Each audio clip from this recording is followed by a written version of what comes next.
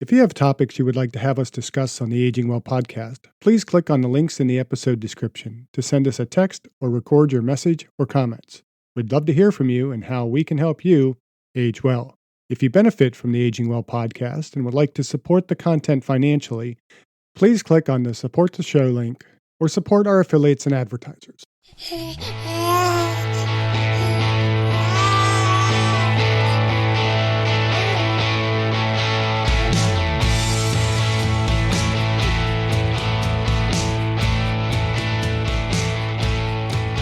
Welcome to the Aging Well podcast. I'm Jeff Armstrong here with Corbin Bruton.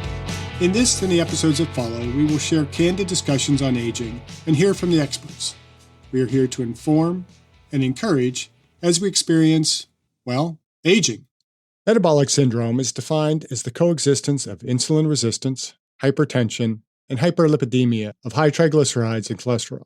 Several risk factors, including obesity, impaired glucose tolerance, adverse lipid profiles, and hypertension often coexist to form a complex interplay that increases the risk of developing metabolic syndrome. Recent research has also identified potential mind and brain-related markers and circadian changes in blood pressure as new components. In this episode, we discuss the risks associated with metabolic syndrome and the roles that omega-3 fats and cortisol management can play in aging well. What is metabolic syndrome? Metabolic syndrome is often considered as the coexistence of insulin resistance, hypertension, and hyperlipidemia of high triglycerides and cholesterol. What are the primary risk factors associated with metabolic syndrome, and how do they interact to contribute to its development? Metabolic syndrome is characterized by several risk factors, including obesity, impaired glucose tolerance, adverse lipid profiles, and hypertension. These factors often coexist, forming a complex interplay that increases the risk of developing metabolic syndrome. How do unhealthy lifestyles and dietary habits, particularly in children and adolescents, contribute to clustering of risk factors for metabolic syndrome? Unhealthy lifestyles marked by excessive intakes of saturated fats, cholesterol, and salt, coupled with inadequate consumption of dietary fiber, contribute to the clustering of risk factors for metabolic syndrome in children and adolescents. Sedentary behaviors and excessive screen time can also further exacerbate these risks. Can genetic susceptibility alone explain the development of metabolic syndrome, or are environmental factors equally significant? Metabolic syndrome arises from an intricate interplay between genetic susceptibility and environmental influences. While genetic predisposition plays a role, environmental factors such as dietary patterns, physical activity, and exposure to toxins significantly impact the development of metabolic syndrome. How has the understanding of metabolic syndrome evolved over time, particularly concerning the recognition of various components? The concept of metabolic syndrome has evolved over time, initially focusing in on obesity, dyslipidemia, and hyperinsulinemia, and later expanding to include factors such as insulin resistance, glucose intolerance, hypertension, endothelial dysfunction, and pro-inflammatory markers. Recent research has also identified potential mind and brain markers and the circadian changes in blood pressure as new components. This recent research includes Metabolic Syndrome, a Brain Disease by Singh and others in the Canadian Journal of Physiology and Pharmacology. Well, the Singh et al. Paper, published in 2012, is actually a systematic review of research papers, but there has been a lot of recent interest in the connections between the brain and metabolic syndrome. This interest includes circadian rhythm.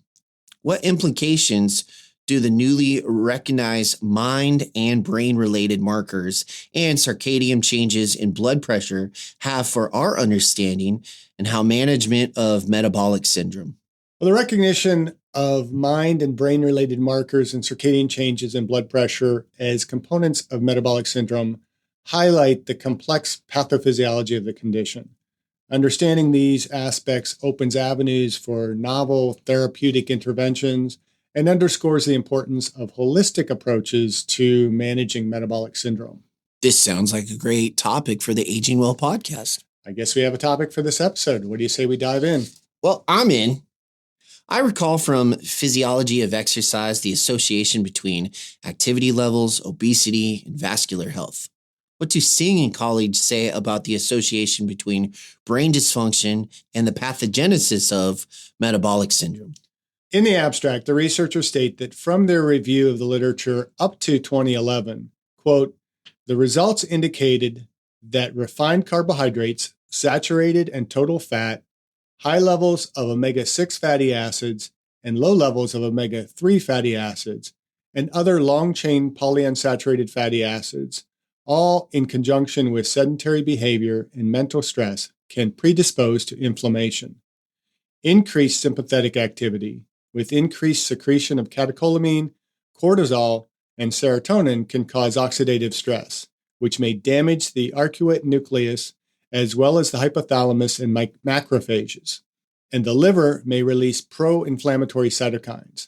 These, in conjunction with an underlying deficiency in long-chain or polyunsaturated fatty acids, may damage the arcuate nucleus as well as neuropeptide Y and pro-opiomelanocortin neurons and insulin receptors in the brain, especially during fetal life, infancy, and childhood, resulting in their dysfunction. Of the fatty acids in the brain, 30% to 50% are long-chain polyunsaturated fatty acids, which are incorporated in the cell membrane phospholipids. Hence, omega-3 fatty acids, which are known to enhance the parasympathetic activity and increase the secretion of anti-inflammatory cytokine IL-4 and IL-10, as well as acetylcholine in the hippocampus, may be protective. Therefore, the treatment with omega-3 fatty acids may be applied for the prevention of metabolic syndrome, end quote. That was a mouthful. So they underscore the importance of omega-3 fatty acids in the diet, like the Mediterranean diet. Yeah, we keep coming back to the Mediterranean diet. So when we say don't smoke, exercise, have good sleep hygiene, maintain a healthy body composition, and eat a healthy diet, we are including the Mediterranean diet. Well, at least something like the Mediterranean diet, a diet that includes fatty fish and omega-3 fatty acids. So what are your thoughts on omega-3 supplements? Of course, we want to get most of our omega-3 fatty acids from our food, but there is an argument for taking an omega-3 supplement daily. What are the recommendations for omega-3 supplementation? Well, the recommendations for omega-3 supplements for the brain and heart can vary based on individual health status, dietary habits, and specific health goals.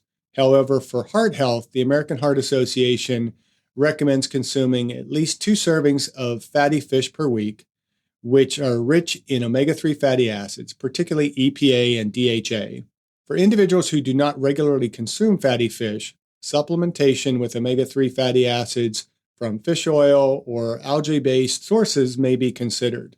The American Heart Association recommends an intake of 1 gram of EPA and DH combined for individuals with diagnosed heart disease.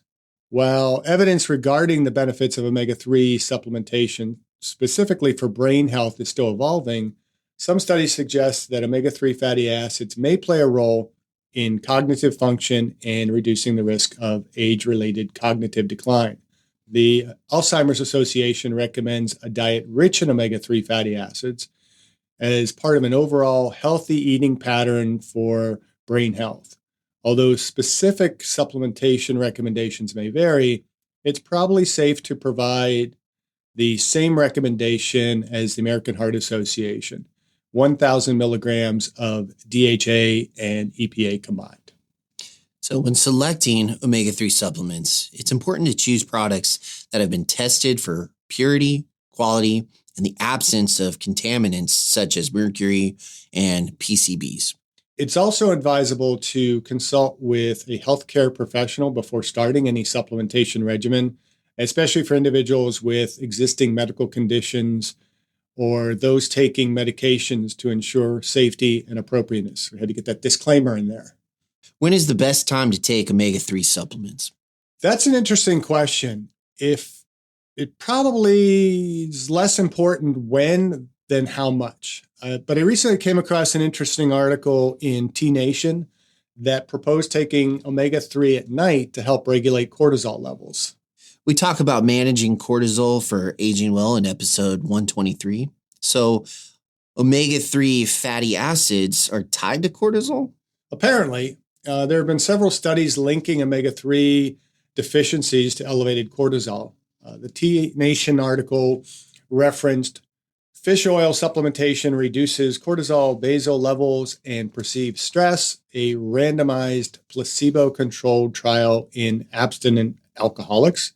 It was by Barbadora and others in Molecular Nutrition and Food Research. The author, T.C. Loma, suggests that it seems logical that taking fish oil at dinner or even bedtime would be best, as it would reduce nighttime levels of cortisol and help you sleep. Would you agree with this presumption? It seems reasonable, but does it make a big difference? I can't say for certain. We want to see our cortisol levels drop as we approach the end of the day and rise again in the morning. In episode 123, we detail several things the listeners can do to manage cortisol and age well. Among these was moderate exercise, diet, and establishing a regular sleep pattern. You also mentioned a sea salt and lime drink to kickstart the day. What was that again? Yeah, I try to start the day with an 8 to 12 ounce glass of water with about a tablespoon of lime juice. Lemon juice works as well. And a quarter teaspoon of Himalayan sea salt. The beverage is purported to have a threefold benefit. It aids in digestion, and better digestion means better absorption of nutrients. It also benefits the hypothalamic pituitary adrenal axis. Remember that the adrenal glands produce more than 50 hormones, including cortisol. Finally, lime or citrus fruits are high in vitamin C and purported to be liver protective. The lime juice supports glutathione production, which plays an important role in liver detoxification pathways. So this can help with cortisol levels. Maybe. And indirectly, it may reduce the risk of metabolic syndrome.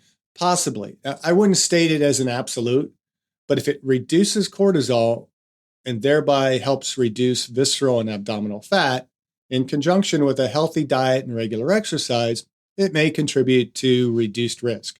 What about omega-3 supplementation? Do you take supplements?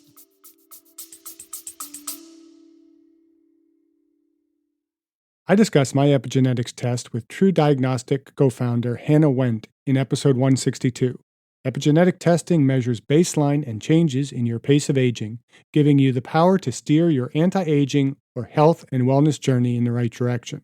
I learned that I am aging well. Click on the affiliate link in the episode description, use the promo code AGEWELL, and receive a 12% discount on your epigenetics test and monitor your pace of aging. You mean for omega-3 supplementation? Yeah, I have started. If it can help manage my cortisol levels, it's worth a try. And are you taking it at night? I am. I take 2 fish oil capsules nightly. This is a 1,000 milligram dose that contains 645 milligrams of EPA and 310 milligrams of DHA. Is it helping? Yeah, I feel like it is. It certainly can't be hurting. I don't eat a lot of fish. Well, I do eat a fair amount of tuna, but I am sure I can use the added omega-3s. I haven't had my body comp measured since I started, but I feel like my belly fat is a little bit less, and hopefully my brain is healthier. What about you? What are you doing to get more omega-3 fatty acids? Well, I take my omegas in the daytime. If I do it at night, for some reason, especially right before bed, for me, it has a counterbalance effect where I get just a surge of energy, like right as I put my head on the pillow, and I'm almost restless. So I notice for myself, I have to take it about midday, especially after I've eaten a meal. If I don't eat a meal and I just take it on an empty stomach, it does not sit well with me. And my stomach gets really, really upset. I don't know what product you use, but and obviously we're not sponsored by anyone, but the product that I use, I do from either Super Supplements or Vitamin Shop. They have their little blue label one, and you get the Alaskan salmon one. That's the one I use. It doesn't smell like pond water, and it's just in those perfect capsules. And it's literally the only ingredient is, for the gel portion, is the rice membrane, and then salmon oil.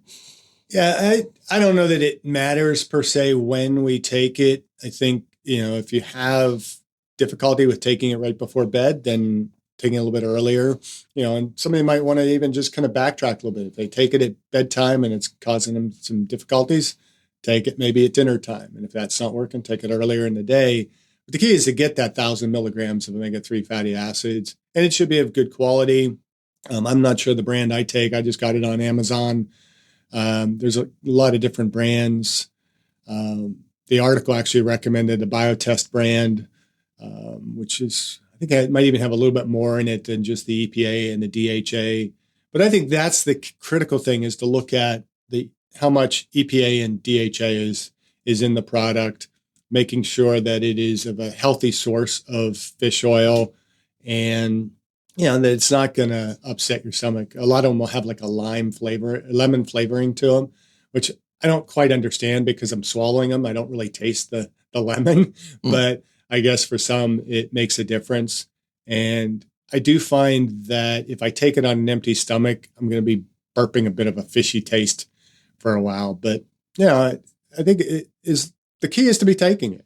And is it helping you?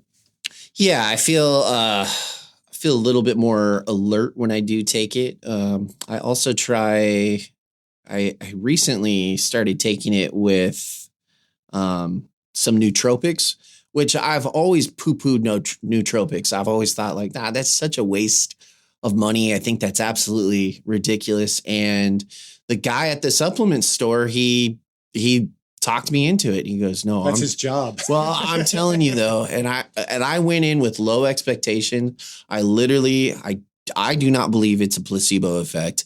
Cause I was like, this is not going to work.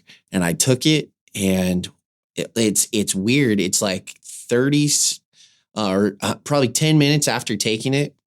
It's like your brain just wakes up, and I don't have that mid-afternoon crash anymore. I'm just way more alert during the work day. And so I've noticed that it helps me. And I also noticed when I was lifting regularly with the omegas, when I was taking it consistently, it was actually helping with my gains a lot. Like my strength was actually increasing. And I'm wondering with the T Nation, I'm wondering if with the fatty omega acids, if it was also doing a slight spike of testosterone as well, because of the hormone connectivity to the fat. I don't know if I've seen anything in regards to boosting testosterone, but I think an important thing to recognize, and I don't know if we've talked about this yet on the podcast, but we older men start talking about testosterone deficiencies. And the reality is, when we're looking at kind of the effectiveness of testosterone, one of the markers that is often looked at, or maybe often not looked at that should be, is the testosterone to cortisol ratio.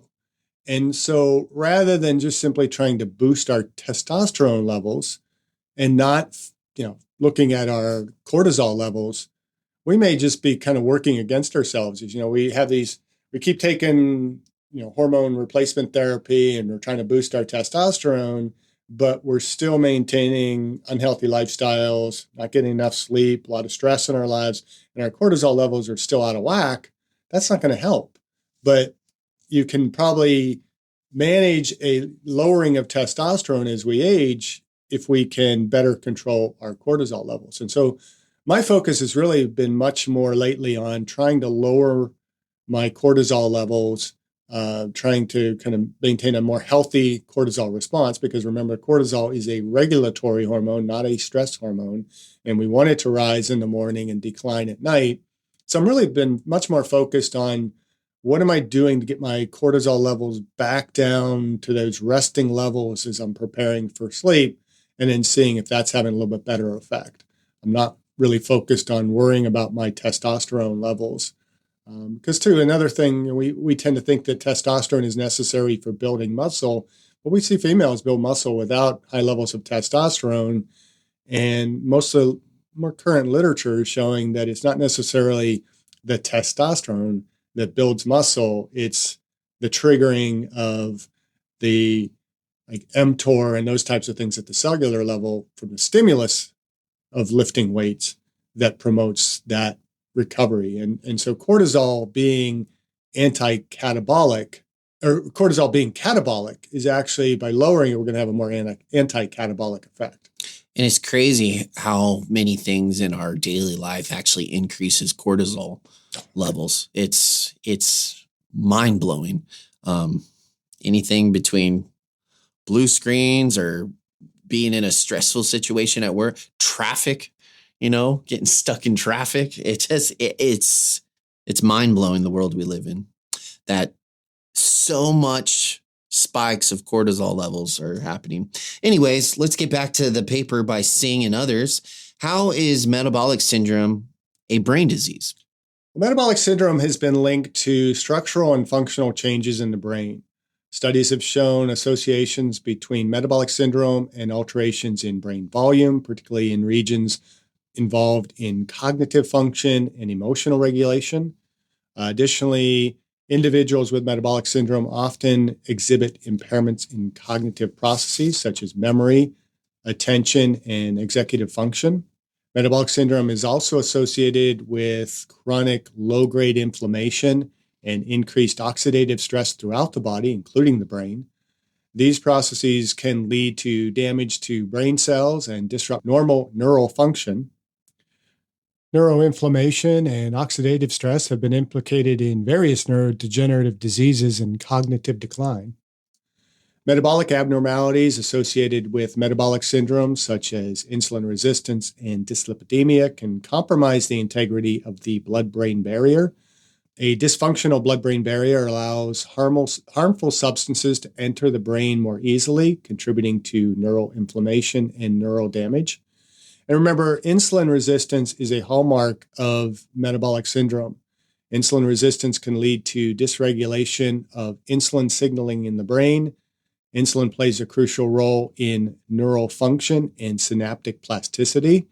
And disruptions in insulin signaling have been linked to cognitive impairment and neurodegeneration. Several studies have found associations between metabolic syndrome and an increase in neurodegenerative disorders such as Alzheimer's disease and Parkinson's disease.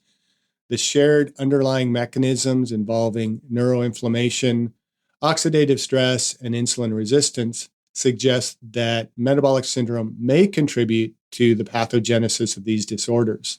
The growing body of evidence linking metabolic syndrome to adverse effects on the brain health and function underscores the importance of addressing metabolic health, not only for physical well-being, but also for preserving cognitive function and reducing the risk of neurological disorders.